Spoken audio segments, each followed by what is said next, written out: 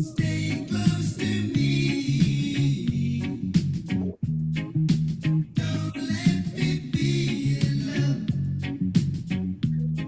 It's tearing apart my blue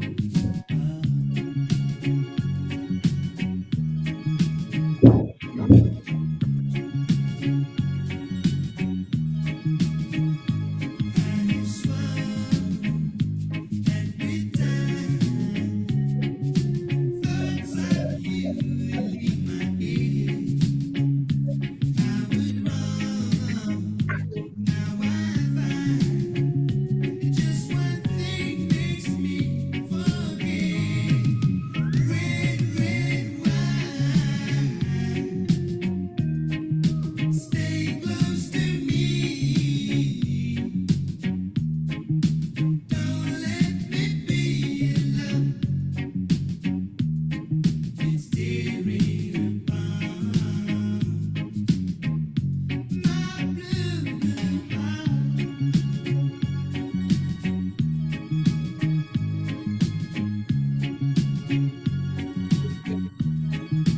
Red wine, stay close to me. Don't let me be alone.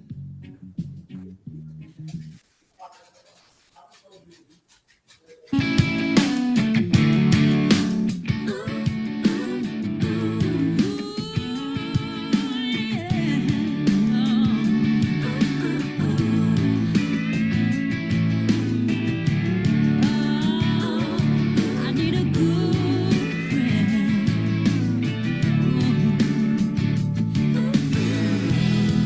who died and crowned me everybody's everything.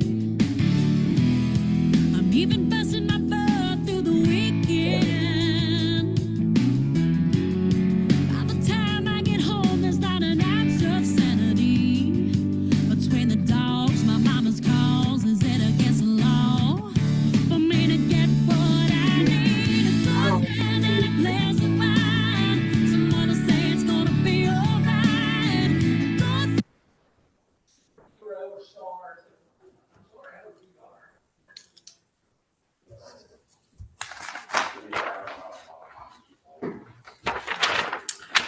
Good evening, everyone.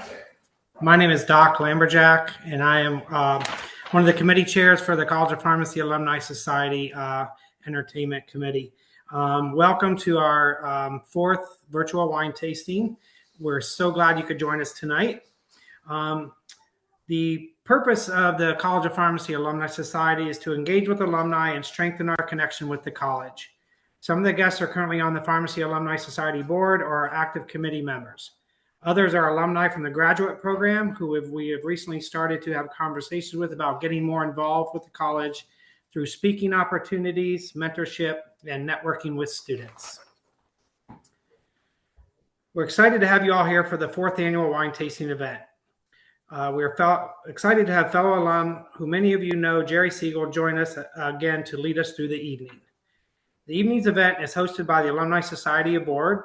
We host several events throughout the year to engage our alumni back to the college. As you saw on the previous screens, we have many things coming up here in the next few months. I think tomorrow is the last day to get early bird registration for the College of Pharmacy Pharmathon, which is 4 weeks from Sunday. So if you haven't signed up for that, please do so. You can also donate or sponsor a student. If you're not already a member of the society, check out the website for how you can get more involved. A simple donation of $25 to any College of Pharmacy fund qualifies you as a member. If you are looking to get more involved or want more information about the society, contact Aaron Dickert, who has been communicating with us all for the registration. Tonight, we have alumni from all across the United States joining us. We have alumni from Florida, North and South Carolina, New Hampshire, Pennsylvania, Virginia, and of course, the great state of Ohio. Thank you all once again for joining us. The alums span decades all the way from 1976 to most recently 2018. We also welcome all of your family and friends who are joining in to celebrate with us tonight. Before we get started and turn it over to Jerry, I'd like to go over a few housekeeping rules. Everyone, please use the chat feature to introduce all the guests that are with you so we'll know who is with you. Include your first and last names and your graduation years from the College of Pharmacy. Please have your microphones muted. If you have questions for Jerry throughout the presentation, please just put it in the chat and we will try and get as many of those answered throughout the presentation. The best viewing of the slides, we encourage everyone to use speaker view. And when the when the slides get shared, make sure you use side-by-side gallery view. This is being recorded, so you might see something pop up on your screen that already stated that. Closed caption is available and can be activated by clicking the CC button on the toolbar. And I'm now excited to welcome a three-time alumni of The Ohio State University and College of Pharmacy in 1976 and 2003 graduate and wine sommelier, Jerry Siegel. Jerry is a pharmacist and former Senior Director of Pharmacy for The Ohio State University Wexner Medical Center and Assistant Dean for the College of Pharmacy. He's still a clinical associate professor for the college. His interest in wine predates his 40-year pharmacy career. While in college, he studied French wines and visited California wine country way back in 1968. He studied with the American Wine School and holds a Level 3 advanced certification from the Wine and Spirits Trust from London, England. He owns and operates WineScripts LLC as an education and event business for over 20 years. He has conducted hundreds of wine tastings and has worked with the Westerville Symphony over the past 10 years and brings a very unique twist on wine pairings, focusing on pairing wine varietals to classical music. The wine and music pairings concept has also been a featured event at the Nantucket Food and Wine event. Since the pandemic, Dr. Siegel has to conduct wine tastings and events via virtual platforms. This unique experience will be featured in tonight's event. So sit back, relax, and enjoy. Now let's drink some wine. Jerry, it's all yours. Okay, thanks, Doc. I appreciate it. I'm going to try to share my screen now and see if I can get everybody up to today's event. I think that's showing. Now I've got to get it on the... All right, so does that look like you can see it says wines from the boot? That look okay? You're good. All right, we're good. All right, so welcome everybody to our visit to Italy tonight. And we're going to do some fun things. I've got a live event going on here at Trisha Jordan's house with some of our residents who are actually going to give us some opportunity to do a blind tasting. So they're not only getting the wines that you have been given as choices, but we're throwing in some other wines as a blind tasting to see how they might compare with some ringers that we've thrown in here tonight. So that should be fun. And we'll give you the results of that blind tasting as we go along. But yeah, let's have some fun with this tonight. I call it wines from the boot because, of course, most people think of Italy as the boot of the Mediterranean because of its shape. But you know that more wines are produced in Italy than any other country, because look at all of the different regions that wine is grown in. Virtually everywhere, including the island of Sardinia, which if you've never been there is interesting, and of course in Sicily. But a lot of you only think of Tuscany as the wine region, but really everywhere. But we're going to explore a few of these. You know, you could do a wine tasting on just parts of Tuscany, but or just parts of Piedmont.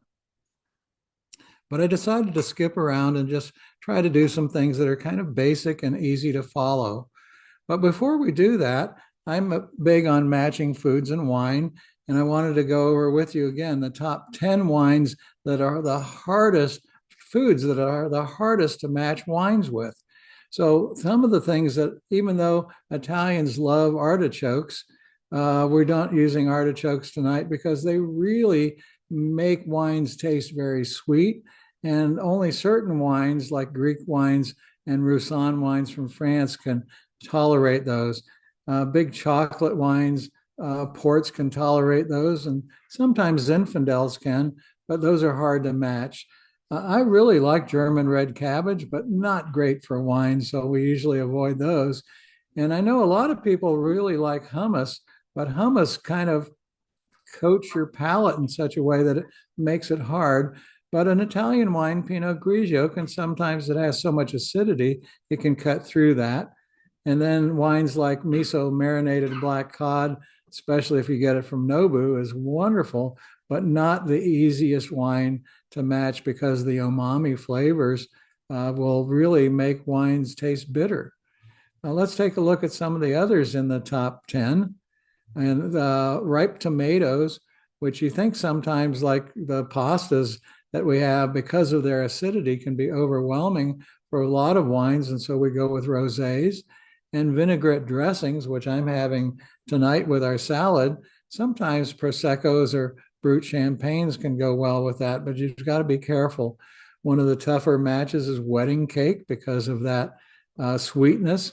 And you always have to remember you have to try to get sweeter than what you're eating. Mushrooms, that's a whole, I could give a whole lecture on mushrooms, but sometimes we've got to be careful about mushrooms because of that umami flavor, that it can also make wines taste bitter. And my number one wine that I really don't like, food that I don't like to serve in a wine tasting is asparagus because of that vegetal taste. And matter of fact, Cabernet Franc, when it's not fully ripened, tastes like canned asparagus. Really not one of the things that I love, but butter can overcome that. So I'll use sometimes an unoaked Chardonnay and butter up the asparagus just to get through it, but not really what you want to do for a wine tasting. So let's take a look at the wines and the pairings that we have tonight. Well, I first picked Mianetto Prosecco, which is a Brut from Treviso. It's a DOC. I'm going to go over what the regulations are, but just a fine antipasto, which is really charcuteries and cheeses. We have a nice plate here that we put together, suppressos, and I actually created a dish today. I think they ate it. It's a little spicy. I put capicola ham in a cupcake tin and filled it with prosciutto and pepperoni and mozzarella. And it's kind of a nice little dish. I think my friend Vin is coming over here so I can show it to you. Yeah, here we go. Yeah, it's a little cupcake pepperoni dish, but that's a little spicy. It's a kind of puts all your antipasto together. And but Prosecco is nice with that because it's kind of bubbly and it'll taste that together. So how many of you have in your Prosecco, but we'll get to that in a minute. I picked Santa Margherita as our Pinot Grigio from Val d'Adige with a caprese type salad, which is just means tomatoes with mozzarella, and Cantina Zaganini from Montepulciano di Abruzzo, not to be confused with some other sound-alike names. Wine is like pharmacy. You can have sound-alike, look-alike errors. So we're going to go over how not to have those. And we're doing that with a seafood farfalle and vodka sauce. And then Ruffino Ducali is a Reserve Chianti Classico with a Penne Arrabbiata with pancetta. And then Villa Antinori's Toscana Rosso. It's an IGT wine with a stuffed pork roast. So that's our agenda for food and wines this evening. Now let's break those down when we get to. So I told you that Italy produces almost, France has nudged it out a little bit, but we have 856,000 hectares of acreage under vine in Italy. Wine production is 42 to 51 compared to France. And last year we did Australia, which was only 14. And then look at the capacity, 48 liters per capita of wine consumption. which is quite a bit. Trebbiano is actually the number one grape that's produced, but it's kind of like a field grape, a white wine grape, and there's just tons of them there, but not really for the better wines. I would say probably Chianti is probably the number one red grape for Italy. So let's get down to the classifications. So I want you to learn a little bit here, where there's four really classifications: Vino di Tavola, which is just table wine. But I don't want to be condescending about that, because you can go to any farmhouse, any restaurant, and just get a carafe of table wine in Italy, and it'll be fantastic. Only about €2 per liter, but it'll really be good. But there's no real rules or regulations around Vino di Tavola. Where next is Indicatio Geografica Tipica, or IGT, which is typical of the region, but less regulations around that. The third is DOC wines, which is Denominazione di Origine Controllata. And then finally, you have DOCG, which is the same, but guaranteed, which is higher regulations. DOC and DOCGs are together called DOPs. So those are the classifications. Let's go into a little more detail on that, where the VTTs are your table wines. Anywhere you can find those in Italy and throughout Europe. It's funny about IGTs, because even though they're not highly regulated, some of the most expensive wines in Italy are these IGT wines. And in Tuscany, the super Tuscan wines don't use just typical Italian grapes. They may mix in Cabernets, Merlots, and Syrahs, and wines like Ornellaia, Sassicaia, and Celaya are the three most expensive wines in all of Italy, and they're classified as IGTs because they don't strictly follow the rules of the DOCGs. Back again, wine like we just talked about, Prosecco is a DOC wine. There are 329 different DOCs, and DOCGs are like the Barolos from the Nebbiolo grape and Sangiovese grape in Tuscany. There are 74 DOCG wines, most of which I tried to use tonight. So you're getting some of the best, which doesn't mean they're going to be the most expensive. Okay. Now, some of the label designations can also be a little confusing.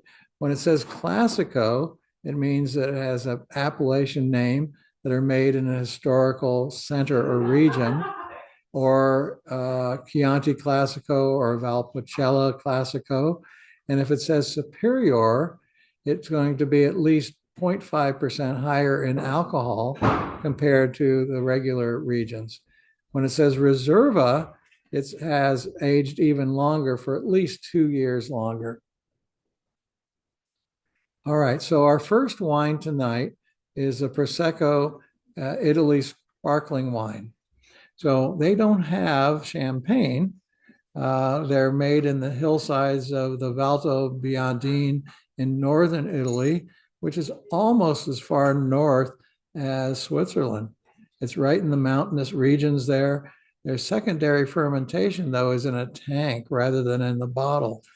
It tastes like apples, minerals, vanilla nuances, and kind of tickles your palate. The biggest difference you'll probably find is champagne. Those bubbles that are created in the bottle will last for a very long time, where I find in Prosecco, those bubbles disappear very quickly. So you don't want to pour it and walk away. You're going to pour it and drink it right away. But where do those bubbles come from? Erin said she didn't even know that Prosecco had alcohol in them. Well, they do make Proseccos that are NAs, or non-alcoholic, but not that I'd recommend them. But Prosecco is used quite a bit for spritzers and adding in fruit juices and so forth for morning to make bellinis and things like that. So for those of you that have the Mionetti, I picked that one. It's usually above the normal ones in about the $19 range. and you want to try that. How is it made? It's actually fermented as wine and then put in large stainless steel tanks where has its uh, secondary fermentation, and it's really not intended for aging. This is a wine I don't mind you buy at 4 o'clock and drink at 6. That's kind of the way it's intended. Getting it nice and cold is really good to do. These are the tanks that you would see in the production of Prosecco, big, large stainless steel.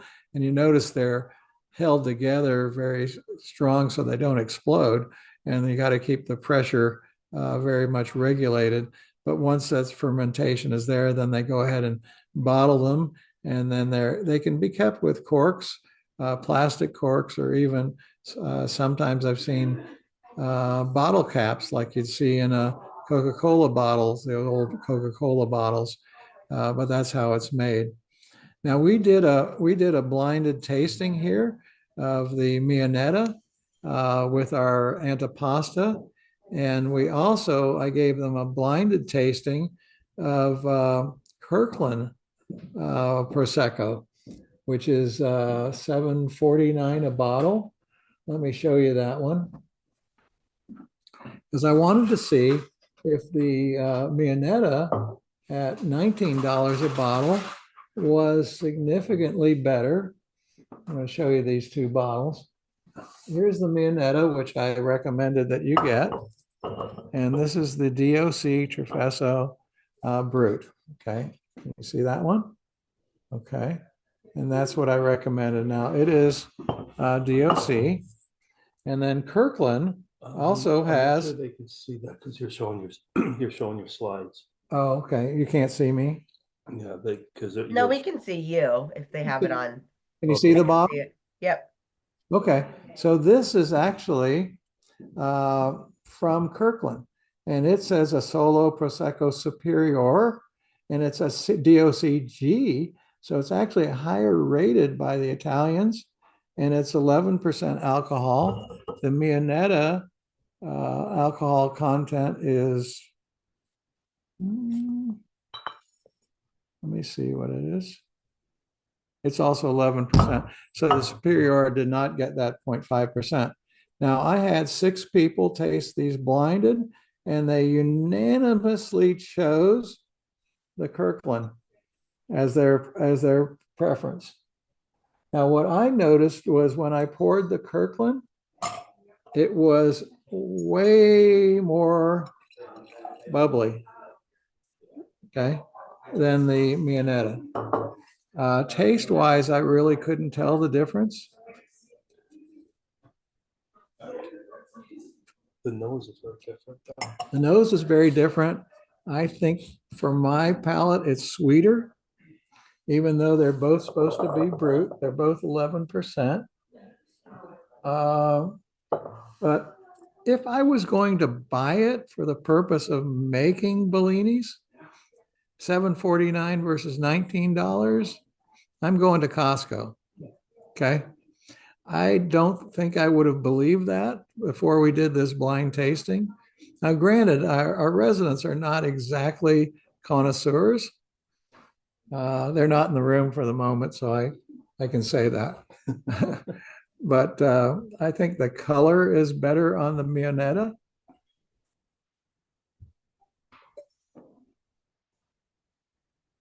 And it's a very nice Prosecco. I've had lots of Proseccos. I like to get them in a restaurant that's overcharging for wine because, if I get Vouv at a restaurant, they're going to charge me $100 or more. If I get, and I just wanted a sparkling wine for a toast. If I get Prosecco at a restaurant, I might only have to pay $25. And if I just want it for a toast, that's fine. So you got the purple versus the yellow, try it, give it a try, see what you think. I was biased enough to think it wasn't going to go that way, but to the folks here, it wasn't even close. They all said they like that one the best. So let me know what you guys think. All right, I'm going to move on to the next wine, which is Pinot Grigio. Now, this should be an interesting blind tasting too, because Santa Margarita is the most well-known of the Pinot Grigios, but by far the most expensive. It's 26 to 29. It's $26 at Costco. And so it can be 29 or more most other places.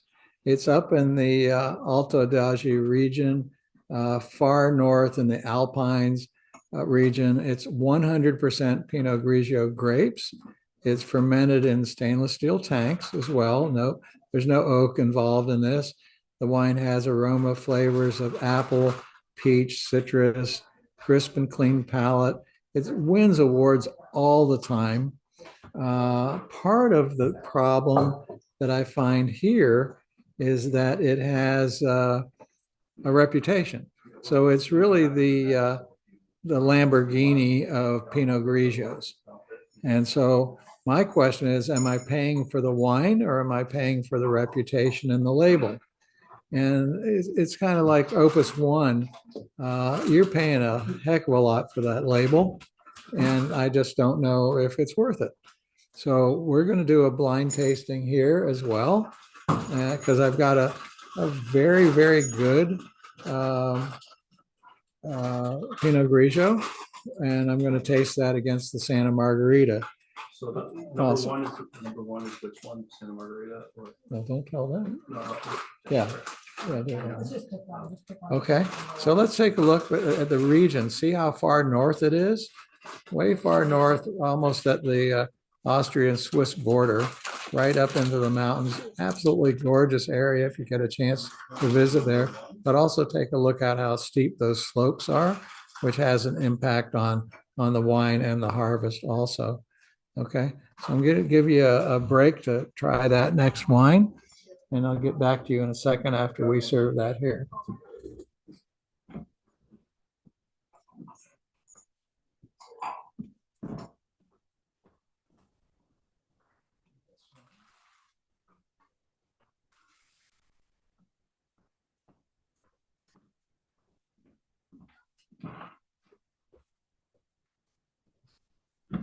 An Italian salad to go with this.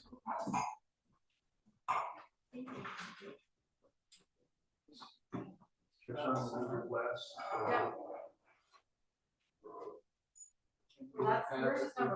right? Classic balsamic, big balsamic.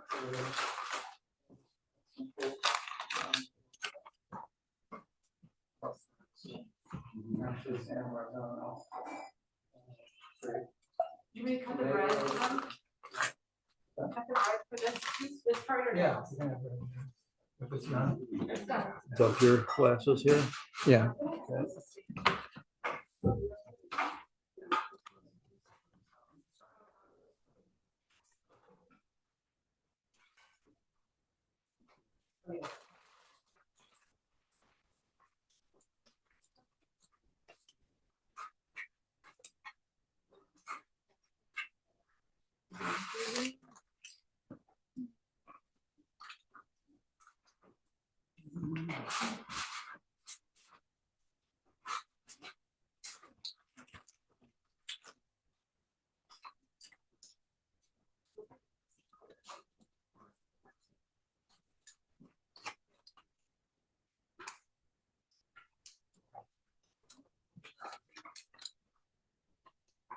Oh, yeah.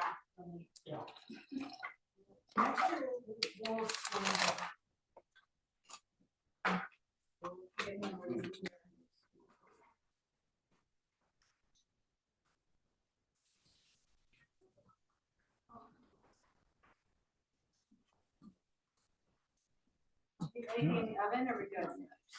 Oh, yeah, that last thing on top. Oh, forks, yes.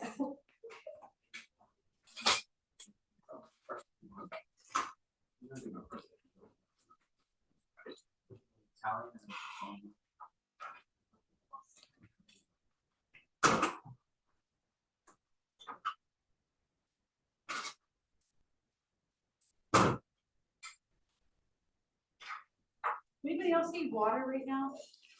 No? I would make. Thank you. Okay.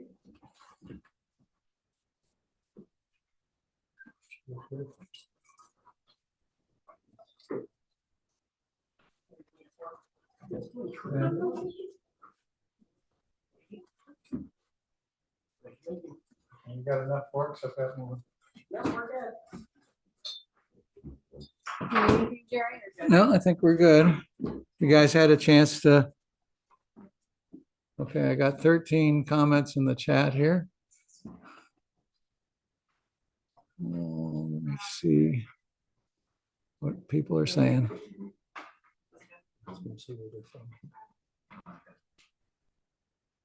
Ron Lay's there, John.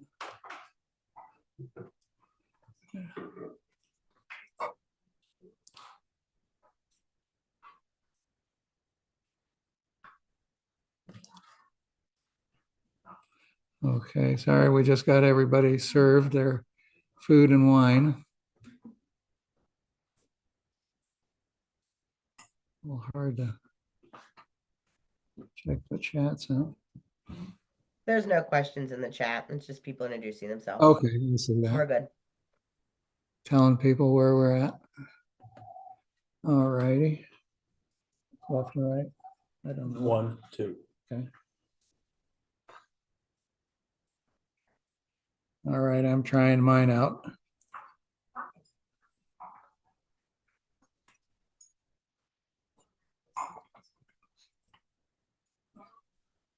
Pinot Grigio is an interesting wine because it's not Sauvignon Blanc and it's not Chardonnay, but it has the acidity of more like Sauvignon Blanc, and the nose is more of Chardonnay.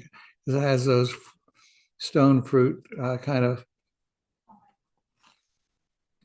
kind of the pear and apple nose to it, but it's certainly way more acidic than a Chardonnay would be.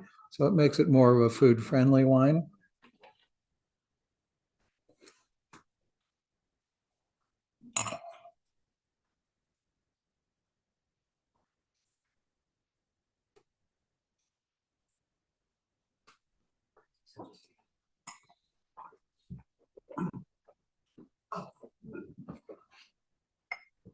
Which one do you guys like more?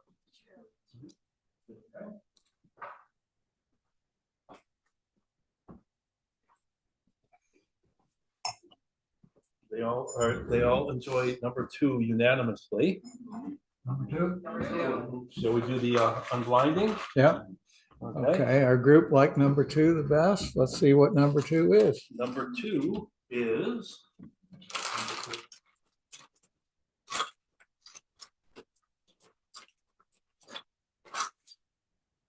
Okay, so for all the hype in the world about Santa Margarita and its $30 bottle of wine, number 2 is Pinot Grigio,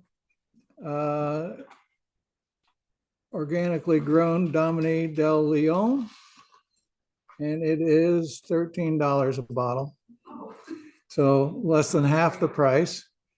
It is still a DOC wine. So you don't have to spend $30 for a bottle of it. Now, what was it that you liked about this number 2 versus number 1? It was smoother and it felt a little bit more buttery. Like I don't have like just. Okay, there's 0 oak on this I know, wine, but the so. taste, I don't know. It's just smoother. a little bit more suave. Okay. And what's the year on these wines there? These wine, this is 2022.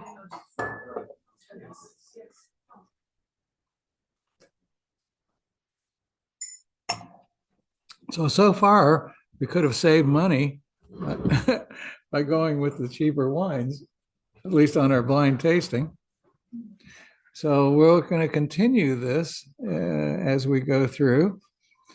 I don't know if you guys have food with us or not, but I think that number 2 is less acidic. And so number 1 is very acidic. And so that could be part of it as well. Can you explain to people how to find the acidity? Okay, so my friend Vin, who's also WSET level 3 trained, also said, can I explain to you about acidity? Well, one way to do it is where do you feel acidity?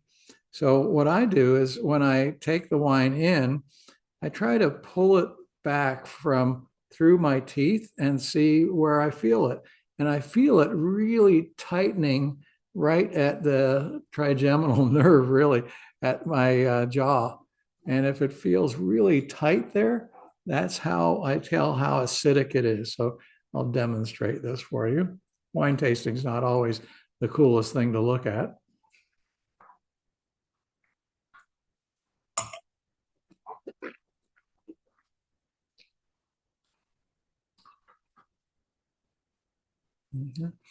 So it gets really tight and tense right here, okay? And your palate gets very dry under the tongue, and that causes you to salivate a little bit, not as much as tannins. So it's not tannins. Tannins is something completely different. But when you have this taste, that's the acidity. Now, what you need then is food to balance that out. So this makes you hungry. So you better have some food around. Now, I made some garlic bread. Did you guys try the garlic bread? Yeah, so the garlic bread is pretty good. And if that's all you have, that's fine. But I made a nice salad here with San Marzino tomatoes and some mozzarella and Caesar, some romaine lettuce and some prosciutto, red peppers and olive oil. So that would be a nice balance for that acidic wine. But I can see the difference. It's kind of like the San Margarita is almost overpowering in the acidity. So if you're just having it by itself, maybe not the best idea. With food, you definitely need food. And then my substitute wine, which was recommended by my friend Raj over at Carfagna's, I'll show you that one, is $13 and pretty substantial wine. So sometimes we don't really want you guys to get ripped off. You know, Santa Margarita is really well-known wine, but it could be that $10 of that well-known is for the label. Okay, so just something to keep in mind, that you can try wines that are less expensive and maybe just as good, if not better. All right, now we're going to move on, if I can. All right, so now my next wine is one of my favorites. You know, when you go to a restaurant, a lot of people say, well, I'd like to have wine, but wine's too expensive in restaurants because they're worse than pharmaceutical companies because the markup can be 300% or greater. But this is a wine that you can usually get at a reasonable price. The retail price is usually $15 to $18. The restaurant price can be $25 to $30, but it's not horrible. This wine is not that old either. Historically, the vineyard was started in 1972 as an organic, sustainable winery. The owner decided he wanted to get the whole town involved. And so Cantina Zagagnini, I love Italian names, is in the heart of Abruzzo. So this wine, the grape is called Montepulciano di Abruzzo. So it's the Montepulciano grape from the town of Abruzzo. And I'll show you other things it can get confused with. But it's a nice red wine. It has balanced tannins. It can bring out lots of big flavors. But I'm going to do something different with it tonight because I'm going to pair it with seafood. And that's kind of non-traditional. Now you'll notice that it has a stick on the wine. That's actually a vine. That's called a tralchetto stick. It's a cutting of the grapevine.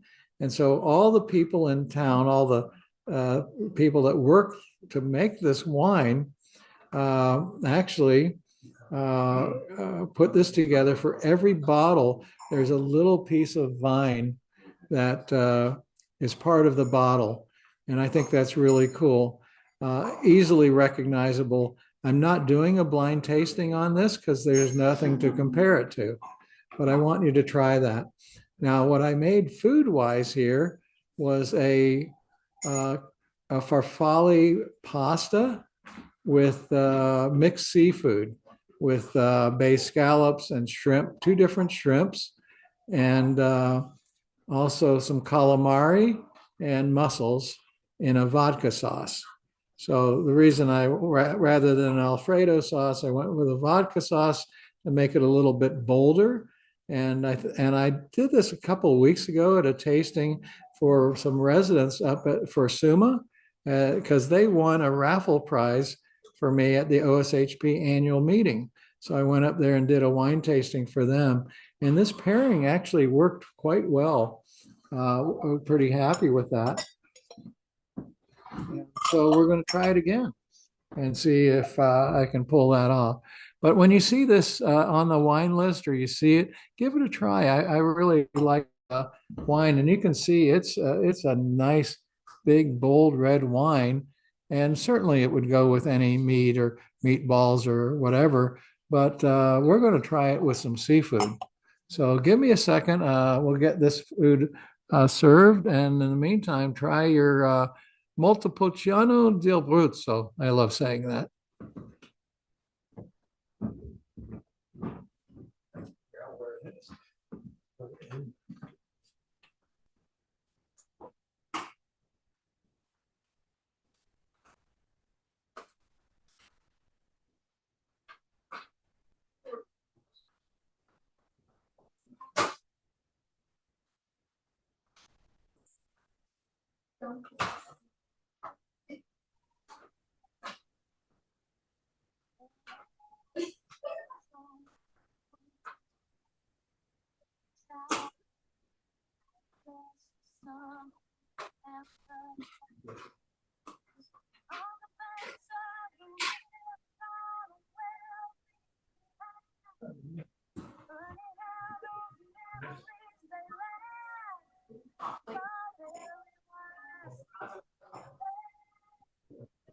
Yeah, I know.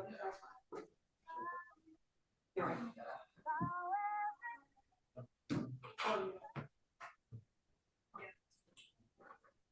Here's a. Here's a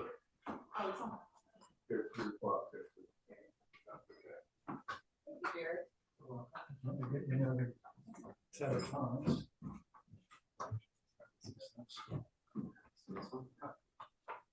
Do that. Just all the seafoods mixed in this. Try. Or plates. Want to switch plates for the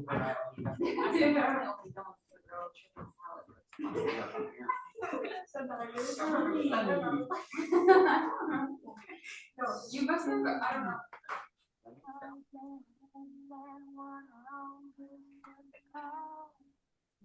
Oh, maybe that was actually.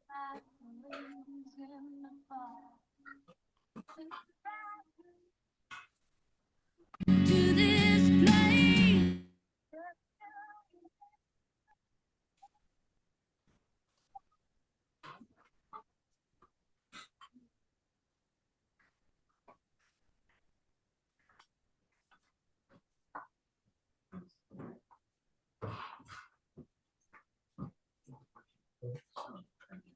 Oh, thank you. Oh, really? yeah. That was kind of fun. Yeah, and too.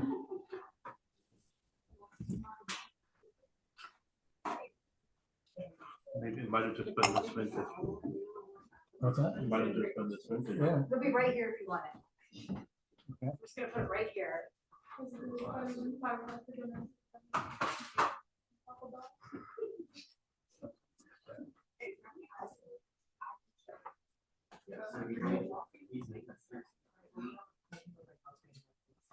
Oh, I'm gosh, I like talking about, my friends joke that I'm gonna get married. I'll talk about.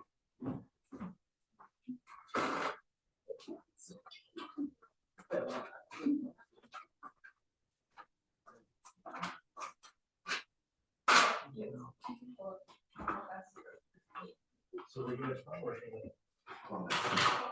I grew up in the Twin Cities in Minnesota. Oh, where are you guys? I grew up around the Dayton area. Okay. Where are they? Well, it's an hour north. Okay. So not really Dayton area, but I would say. Like, that's what people know. Yeah, that's okay. And then I'm from New York. Yeah. You're. Like Westchester County is a little bit more than the city. Oh, nice, very good. Whatever. Okay, one of my absolute best friends from the New area. Oh, yeah. That's it. And I went to school in Rhode Island, so I feel like it was like, it was my drive, so. 2024, sorry. Yep. You know, Elena Harmony. Oh my gosh, That's my niece. oh my gosh, small world. Yep. Oh. She's doing a fellowship right now. Yeah, she is. Yeah, Yep. that's amazing. Wow, that's so random. And your name was? Hannah, Yeah. Irish State. Yeah, I know, that's so great. Oh my gosh. Oh, yeah. I have to reach out to her. Yeah, like that and that. That's red.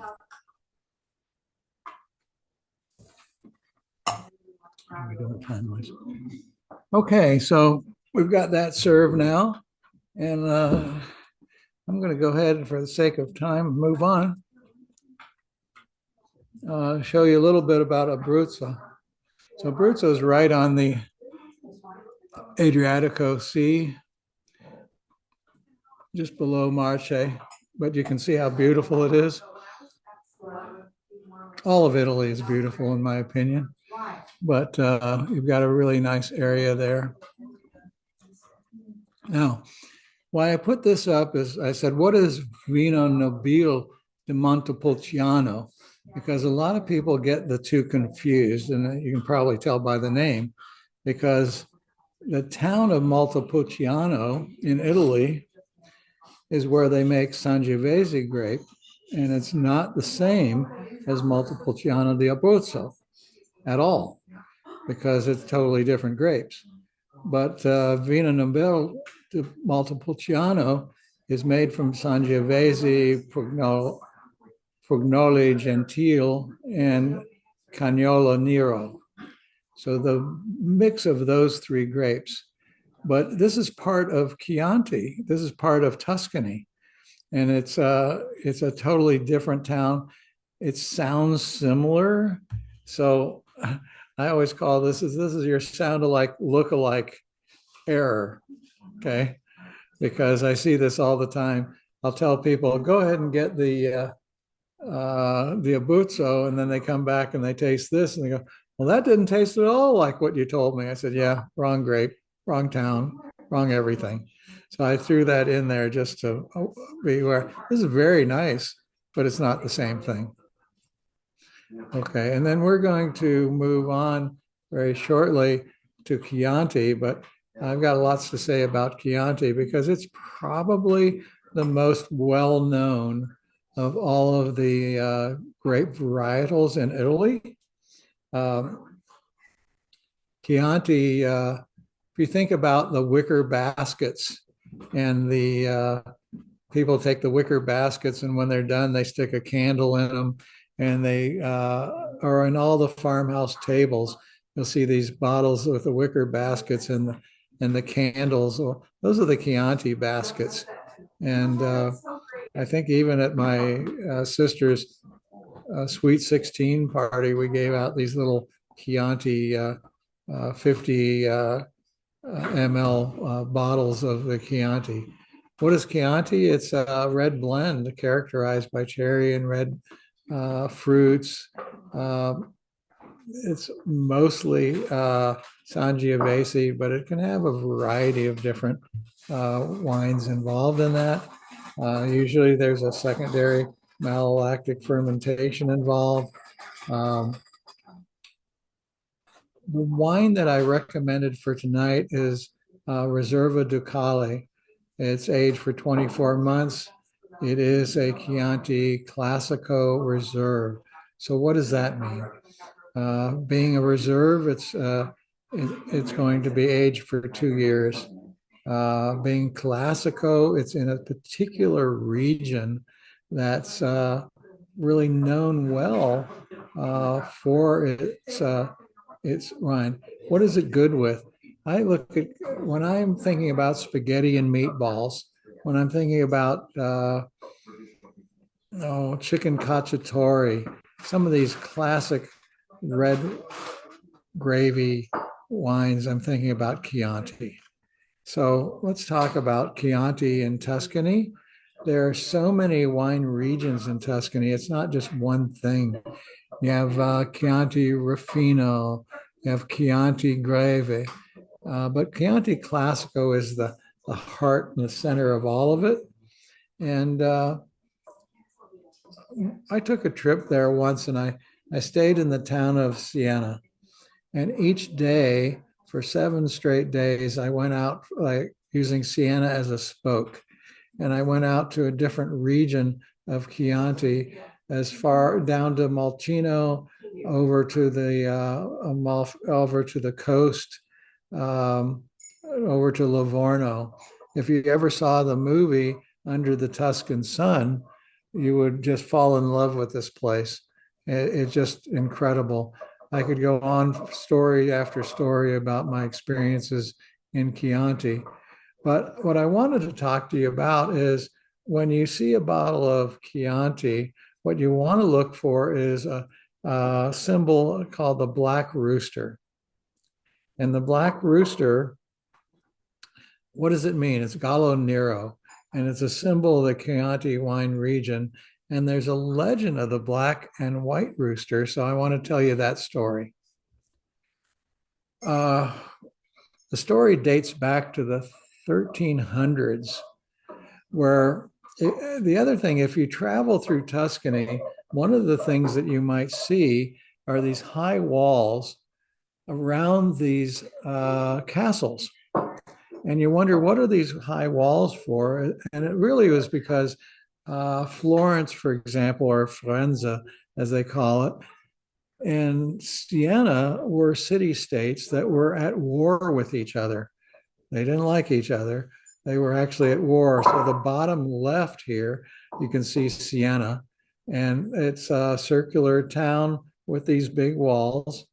And they really were to protect against invading factions. And the wars would actually be so bad that they would affect the wine production. And so they finally decided to settle the war in the oddest way that you could imagine. They decided that on a particular day, when the sun came up, the roosters would crow, and a knight from Siena would ride out from Siena when the white rooster would crow, and from Florence when the black rooster would crow. And the knights would ride towards each other, and wherever they met would be the boundary of the land that each would claim. Well, the Sienese people played it straight with their white rooster, but the Florentians were cheaters. What they did was they took the black rooster and didn't feed it for 3 days. And they actually kept it in a dark place. So when the sun came up, this hungry rooster crowed 2 hours earlier than the sun would come up. So the knight took off 2 hours ahead of the white rooster when it crowed at the true sunup. That night got within 12 kilometers of Siena before it met the knight from Siena. And because of that, it claimed the heart of the Chianti Tuscan region and claimed that. And so that black rooster became the actual symbol of Chianti. So every time you would see that black rooster on a label, it means Chianti Classico. That dates back to the 1300s. And I always think it's funny because they won the land because they cheated and they tricked that rooster into crowing 2 hours early. So let's really take a look. That symbol has changed over times from 1716, 2020, 1924, 2005 with that gold label around it for Classico and so forth. But the pyramid shows that at the top of the pyramid is Chianti Classico Grande Selection, the Chianti Classico Reserva, which we're having tonight, and the Chianti Classico Annata. All in the heart of Tuscany, and you can see how many different ones they are. We are going to do a blind tasting here for our residents to see which one they like better. These are also wines in the $25 range for the one I selected for you for the tasting tonight. And I'm serving that with a classic Italian dish called penne arrabbiata. And I added to that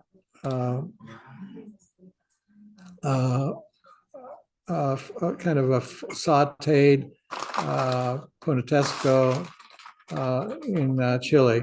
So it's a spicy dish with the penne arrabbiata, which is spicy sauce. Okay.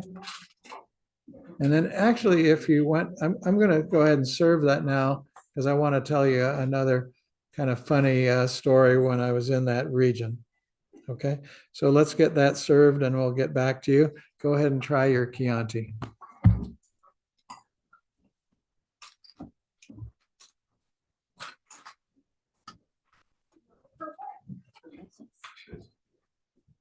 The bagel?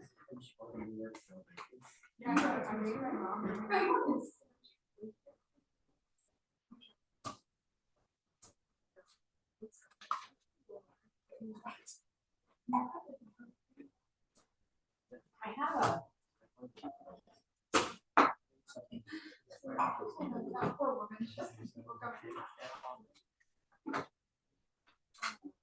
Oh, there's more. Here, do you want this? Now with this here. We're gonna switch, guys. How do you like the? Very good, very good. Well, this one's going to be spicy. Oh, we got your penne arrabbiata.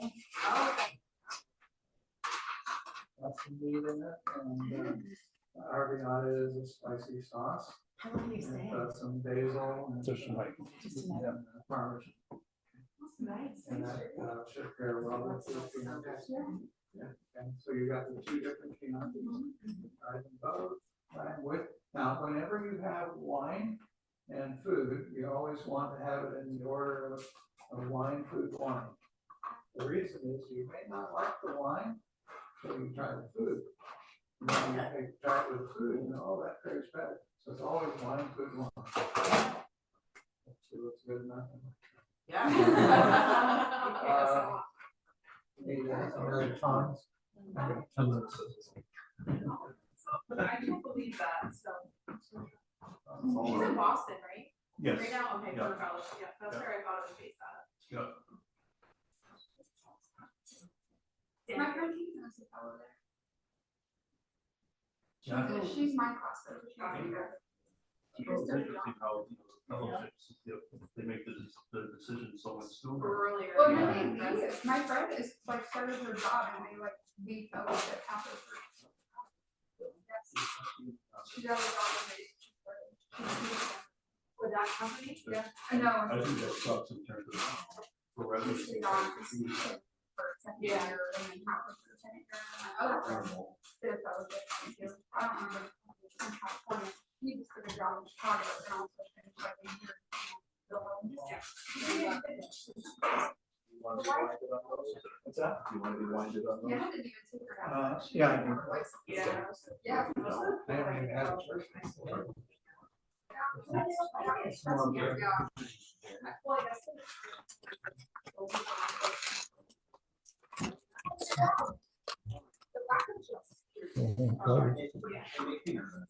That's what I wanted to say really quick.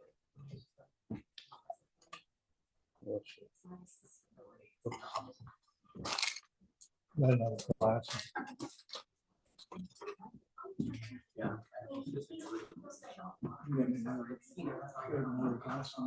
I got, huh? This is number 2. Okay.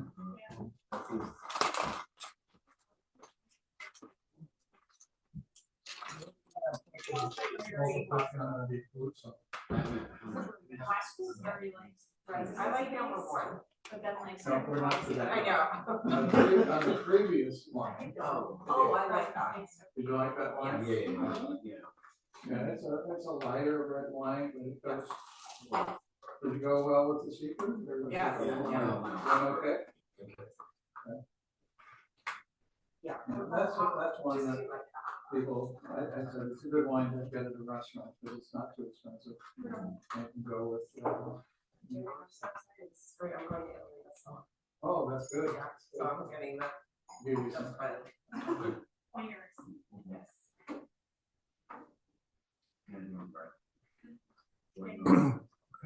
Jerry Buffalo Bill wants to know if we pair this with liver and fava beans.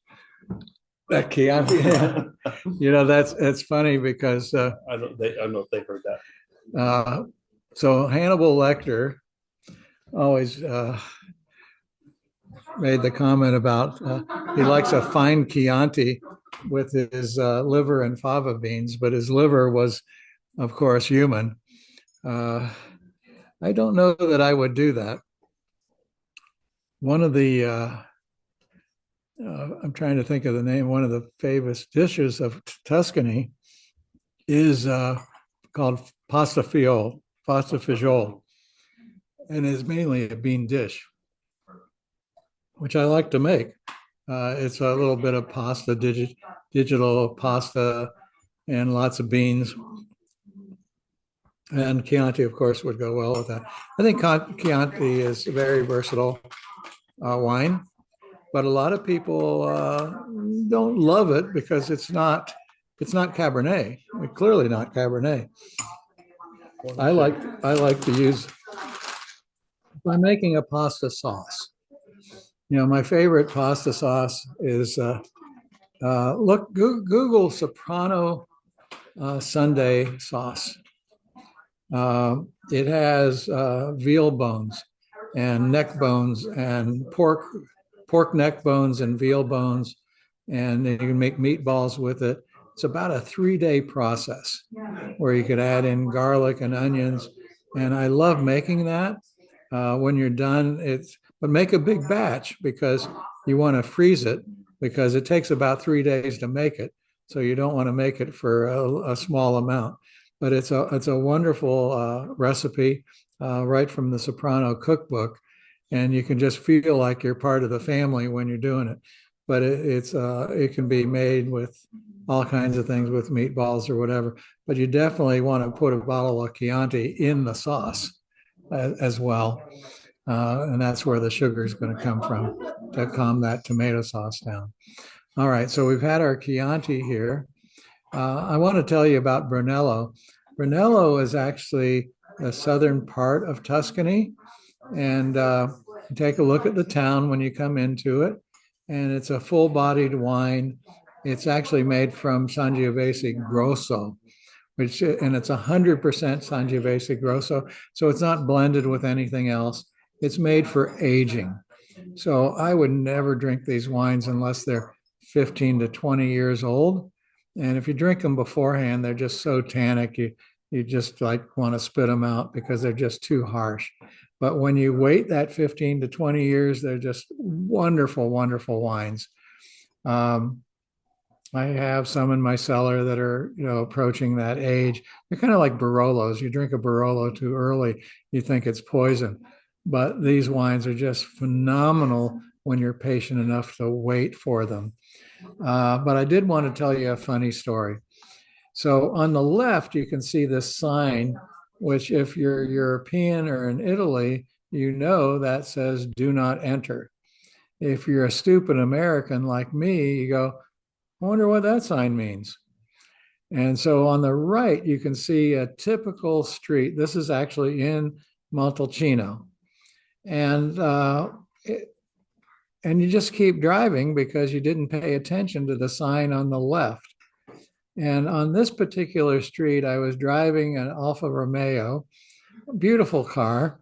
And at the end of the street was a staircase, which I ended up going down and thinking, well, okay, this is pretty bumpy, but at the end of the staircase, I'll be able to continue my trip. So it was kind of like Chevy Chase's European vacation, but at the end of the staircase were two big pillars that prevent you from going any further. So now what? So now I had to put it in reverse in this 5-speed Alfa Romeo and try to go backwards up the staircase. I can tell you that's not an easy thing to do, but I did it. And I finally got back up to the road and backed out of the place that I wasn't supposed to be in the first place. And I got back to the road, and guess what? The engine light came on. Oh my. So I got back to the Sienna where I had started my day trip, and I went back to the car rental place, and I told the guy, look, the engine light is on. I need a new car. This car is no good. And the guy came out, and I speak about as much Italian. I took 4 years of Latin, which probably means nothing. And he spoke about as much English as I speak Italian. And he came out, and I showed him that the engine light was on. Well, he said, well, I said, this is no good. The engine light is on. I need a new car. And he said, no more cars. And I said, well, what about the engine light? And he goes, the car she goes? And I said, yeah, the car she goes. He goes, this is good. I said, but I need to drive to Rome. And he says, but the car she goes. I said, yeah, but the engine light is on. He goes, the light. I said, yeah, the light. He goes, it will burn out. I said, the light or the engine? And he says, the car she goes, it is good. I knew I wasn't getting a new car, and I wasn't sure if he meant that the engine would burn out or the light would burn out, but I was stuck. And I knew it was my fault, but I wasn't going to tell him that. So I ended up taking the car. I had 3 more days with the car, and I drove to Rome. And guess what? The light burned out, but the engine didn't burn out. So it was all good. But if you ever go to Montalcino, you'll fall in love with the town. But pay attention to that sign, because the sign says do not enter. All right. So number 1 or number 2? So we're going to do our, we served 2 Chiantis here, the one that I recommended to you, and another one. We had 3 people like the 2s and 1 person like the 1. One person like the 1? Yep. Okay, so we had 3 for number 2. So the number 1 is the Ruffino. Number 1 is Ruffino, Reserva Ducale. That's the one I recommended to you. And number 2 is Kirkland's Costco. Oh, for God's sake. And number 2, which was what most people liked, was Kirkland's Reserva Classico, Chianti Classico. Difference in price is this one is with the black chicken, as you can see, is $20 a bottle, 20 to 25, depending on Reserva 2020. The Kirkland is a 2022 Chianti Classico, also Reserva DOCG at $10.99. Yeah, $10.99 a bottle.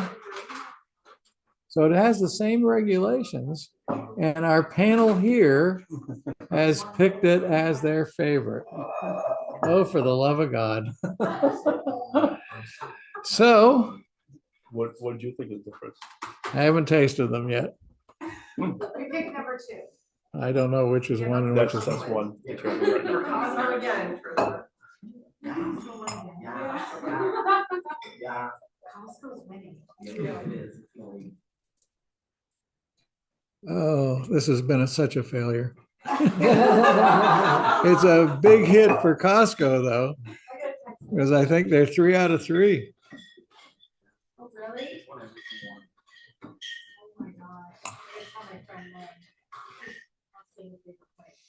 think I'm gonna have to buy stock in Costco. Actually, the color of the Costco wine is much deeper and richer than the Ducale. You see how much of it they make too, with the pallets and pallets and pallets. Mhm. For one of the late groups, Kennedy Lawrence, so I'm not very- Yeah, it doesn't suck. Maybe we'll do- I think it's great.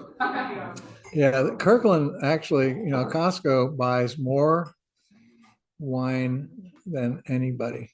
I believe that. They do. They're the largest distributor in the United States. Unbelievable. Well, yeah, if we hadn't done it blinded, I wouldn't have believed it, but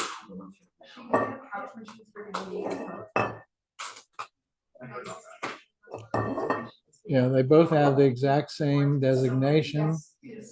What I don't see on here This is a the chicken. 2020. I don't see the chicken. Yeah, it's on there. Is it? Yeah. It's on the front. It's on the front, right there. And the neck. Oh, okay. Yeah. I always call it the chicken rather than the rooster. Yeah. They both have the black rooster. They both DOCG. They're both Classico. They're both Reserve. Although the Rufino is 2 years older, Yeah. The Rufino is 2020 versus 2022. which explains the difference in color. Yeah. Yeah. There's a significant color difference. I don't know if you can see that or not through the. Now the question is, how is the food? Okay, so they got one of my favorite dishes, which is the penne. Now Bill, you got the gluten-free one? I got it. right Yeah, here. so one of our guests is gluten-free, so I made him a gluten-free penne arrabbiata, which is really the same thing, except it's gluten-free pasta.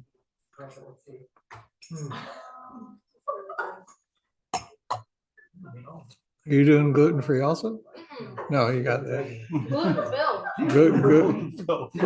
Gluten-filled, okay. I've never heard that term before. All right, so our next and last wine is called a Super Tuscan. Now, why? The Antinori family has been making wine since 1385 through 26 generations. That's a long time making wine. But the reason it's called a Super Tuscan is because it blends Sangiovese with Cabernet, Merlot, and Syrah. So Cabernet, Merlot, and Syrah are not your traditional Italian grapes, but they have violet and floral notes.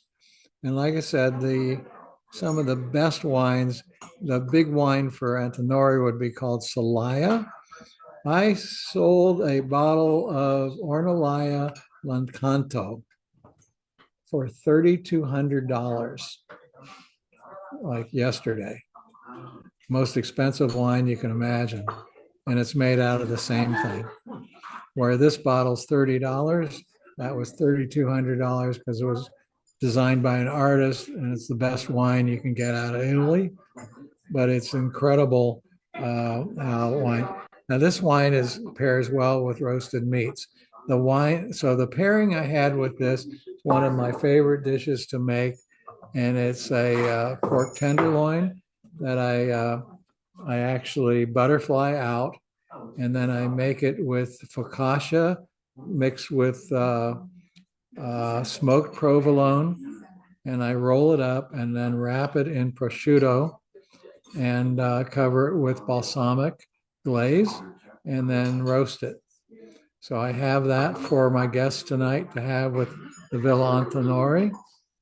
And actually, Mr. Bill, I have the same thing not stuffed with focaccia for you. Thank you. You're so kind. Yeah, so we're going to have that as our next and our last version. It's 8:15. I'm trying to stay on target. Once we get that served, I'm going to open it up for questions about our Italian visit. I also was going to have I have a friend who's an Italian tour guide who I tried to invite to join us tonight, but she's in Italy right now. And she said it would be about 2 a.m. for her, and she was not all that excited about joining us live tonight. But in June, she's actually doing a tasting in Sardinia. I've actually not been to Sardinia, been to all parts of Italy, but not to Sardinia. So I'm thinking about that one. And then I'm actually joining her in Tuscany in November. So that should be fun. So if any of you are actually thinking of going to Italy for a wine tasting, I can hook you up. That's for sure.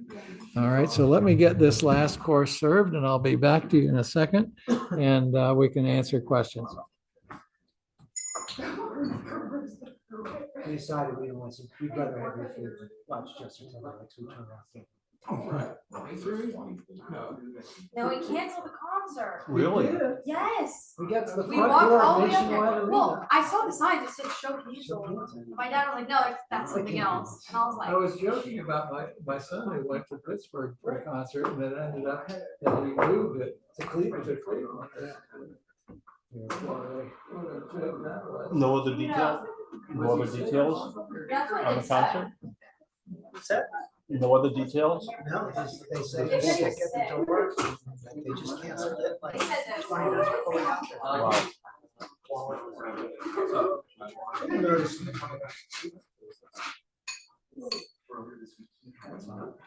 Then I was mad because I was like, it was $20 a buck. And, but luckily you paid on the way out. They didn't Can you charge imagine us. if you came in from out of town? Oh, for sure. Yes. I mean, that's. And this is the second time you canceled. Thank you guys for the reschedule for 3 hours. We were impatients.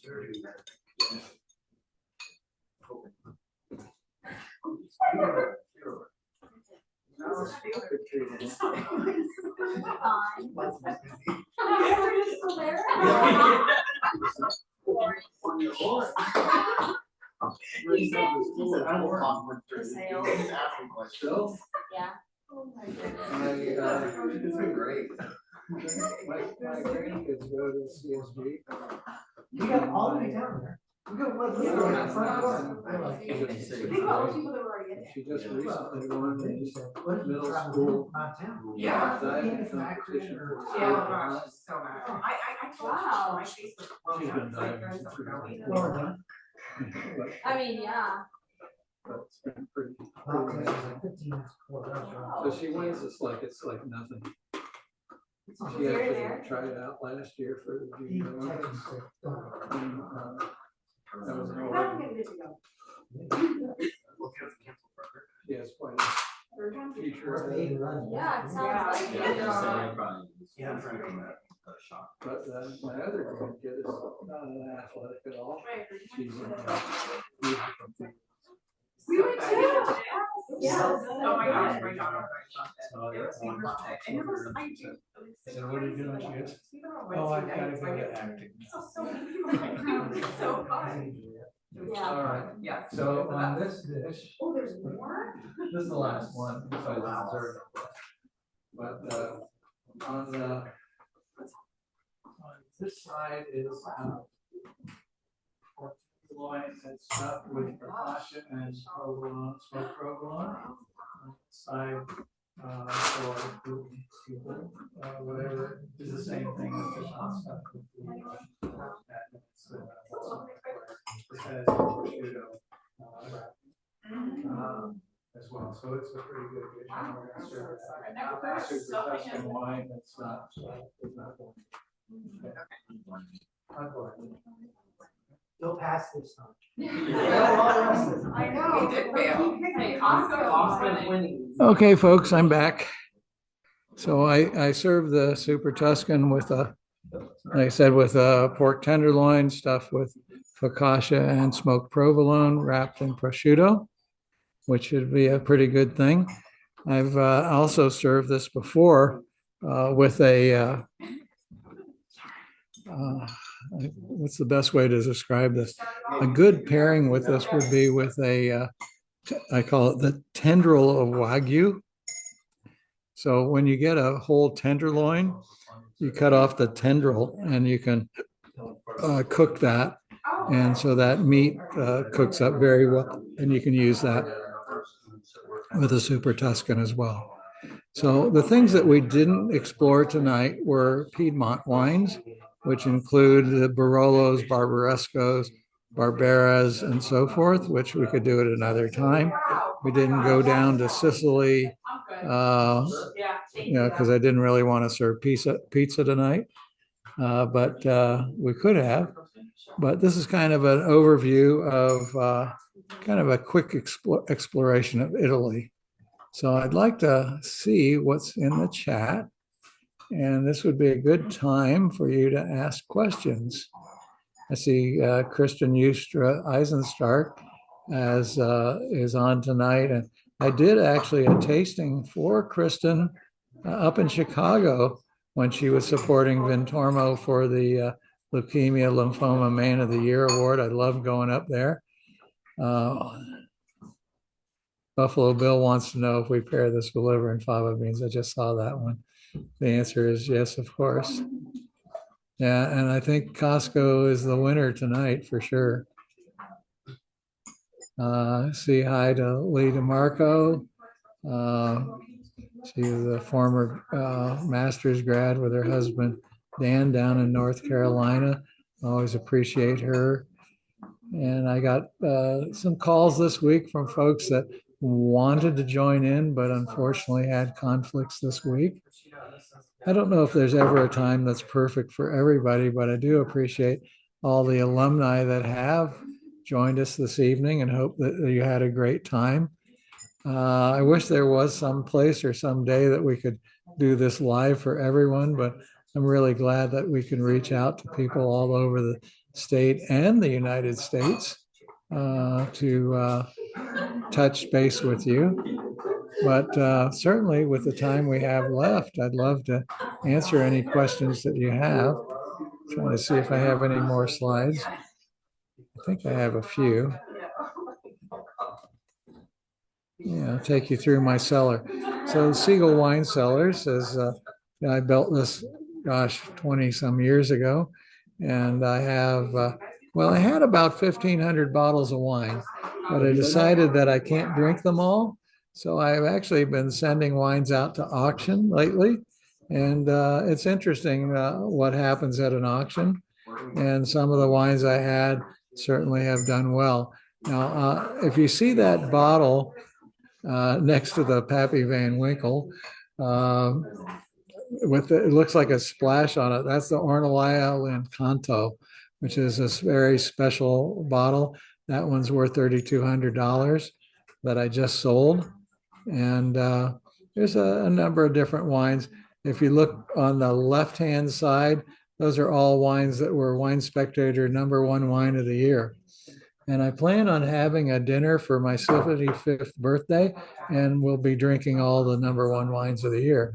So all you guys have to figure out is how to get invited to that party. My friend Vin is laughing because he probably knows he's got an invite coming. Well, Jerry, that's how we do the in-person wine tasting then. Yeah, that's right. So some of one of my most enjoyable things this year, obviously, was I got an opportunity and a chance to go to to the Rose Bowl, the Cotton Bowl, and the Natty. And my friend Vin got to join me on all of those trips to watch Ohio State win. My first trip to the national championship was way back in 1968. And that was also my first trip to Napa Valley. And so that's a long time history of Ohio State football and wine tastings as well. So I hope that many of you had a chance to go. And we also had a wonderful, wonderful alumni wine tasting down in Alpharetta at Dr. Lyle's mansion, and had a great tasting there as well. I think Aaron thinks I'm insane because I brought the wines from Columbus, from my cellar, for that wine tasting. But we just had a great time, and I knew we'd have plenty to celebrate. And we're national champs till somebody beats us.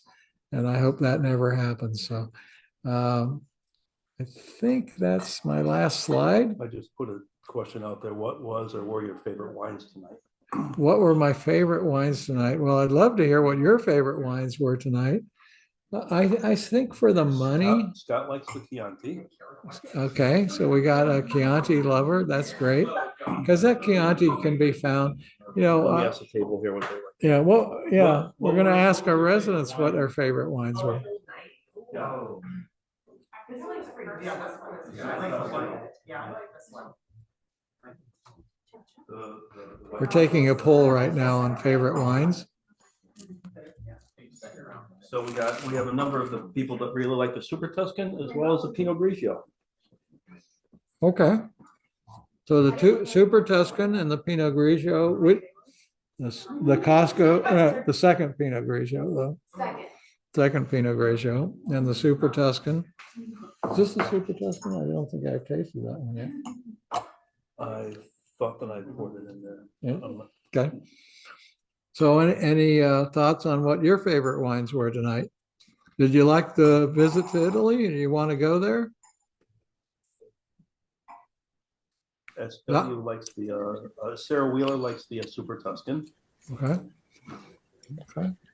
Doc, Jerry, yeah, our group liked the Chianti the best, but Erin just put in the chat, everyone turn their cameras on. She wants to take a group photo of everyone.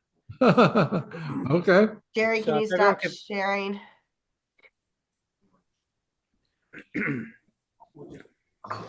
The Chianti's got some both Super Tuscans. Okay. All right. Can we get everybody's camera on? Yeah, Jerry, can you stop sharing your screen so I can get everybody? Oh, sure. I have stopped sharing. I know some people have camera problems, so that's fine. Hold up your glasses of wine in a second. Hey, Rod, good to see you. Bryce, thanks for joining us on the road. Sure. Okay, everybody ready? What a shot. 1, 2, 3, cheers. Oh. Do it again. Salud. Ready? I got you now, Doc. Ready? 1, 2, 3. There we go. Who's she doing? Okay, awesome. You can show Yeah. everyone that's in attendance there. Doc, it's back to you. All right, Jerry, thank you once again for a very entertaining evening.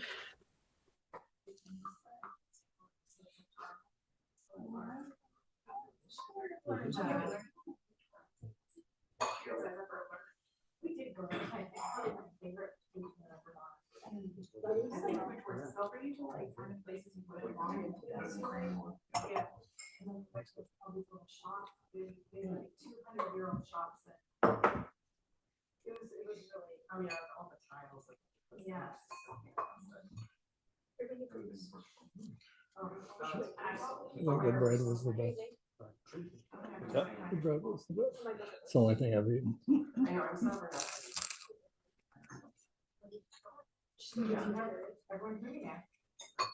Good job on the pork, too. It's the last day for early bird registration, Monday, March 30th. Have a wonderful evening and thank you for joining us. Adios. Oh, actually, that's Spanish, isn't it? Yeah, that's not. Arrivederci. Ciao. Arrivederci. Arrivederci. Arrivederci. Yeah. There we go. Oh, you got to go. Yeah, because we're stopping in Marseille and she lives in Marseille. All right. We're gonna meet her, like, Kate already met her. All right.